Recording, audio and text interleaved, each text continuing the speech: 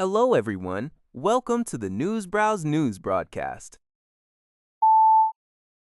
Philippine Vice President Sara Duterte has been impeached by the House of Representatives for the second time in approximately a year, UPI reports. The vote to impeach was overwhelming, with 257 out of 290 lawmakers supporting the measure, citing alleged misuse of public funds.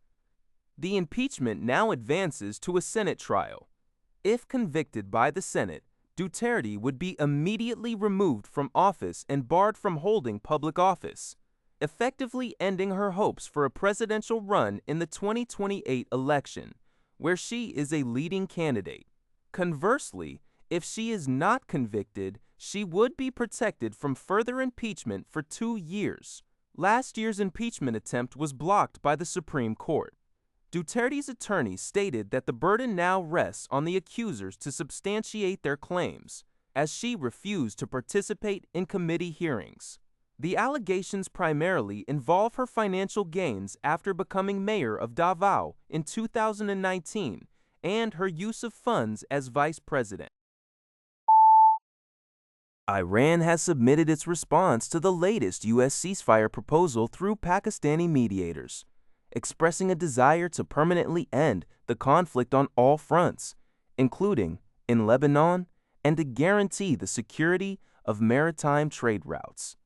The proposal also reportedly addresses reopening the Strait of Hormuz and rolling back Iran's nuclear program. However, U.S. President Donald Trump swiftly rejected the response, calling it totally unacceptable, without providing further details.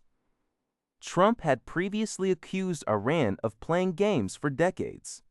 Meanwhile, U.S. Ambassador to the UN, Mike Waltz, indicated that diplomacy was being given every chance before escalating hostilities. The article also touches upon drone attacks targeting Gulf Arab nations, with the UAE blaming Iran for downing 2 drones and a small fire on a ship off Qatar. This news is from Global News. Metro.co.uk is reporting on a large-scale evacuation mission from the MV Hondias cruise ship in Granadilla de Abona, Tenerife, following a Hantavirus outbreak that has tragically claimed 3 lives. Footage obtained from the Spanish Civil Guard on May 10 shows hundreds of health personnel in protective gear, along with police vehicles, helicopters, and maritime units, involved in the complex operation. Over 300 personnel participated in transferring occupants from the port to Tenerife South Airport. 22 British residents from the vessel were flown to Manchester Airport and then taken to Aero Park Hospital in Wirral. Although they have tested negative for Hantavirus, they will undergo a 72-hour isolation period, potentially extending to 45 days at home.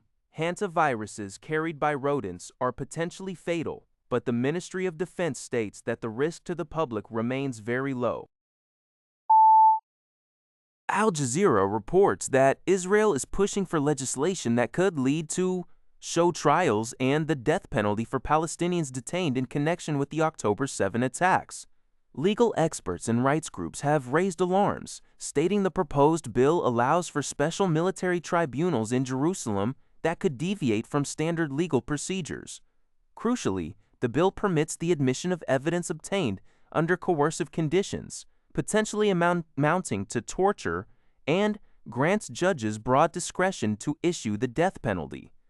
Critics argue this transforms proceedings into political weapons, undermining fair trial guarantees and the presumption of innocence.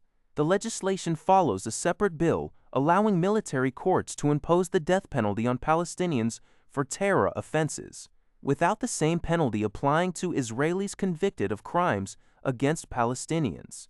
This move is seen by some as a deliberate step towards ending Israel's long-standing moratorium on the death penalty and operationalizing it in practice, which they argue violates international law. Al Jazeera reports that soaring inflation is jeopardizing food security for households in war-hit Iran, with new figures showing a staggering 115% food inflation rate for the first month of the Persian year. The country's currency, the rial, has also hit new all-time lows, trading at about 1.77 million against the US dollar, a sharp contrast to last year's rate of around 830,000. President Masoud Pezeshkian acknowledged the difficulties but urged national cohesion, while blaming the war and economic sabotage by enemies for the price surges. Government responses include subsidies and crackdowns on hoarding, but a severe budget crunch limits their effectiveness. The ongoing internet shutdown, now in its 72nd day, further exacerbates the economic hardship for businesses and citizens. That's all for this video. Thank you for watching. See you in the next video.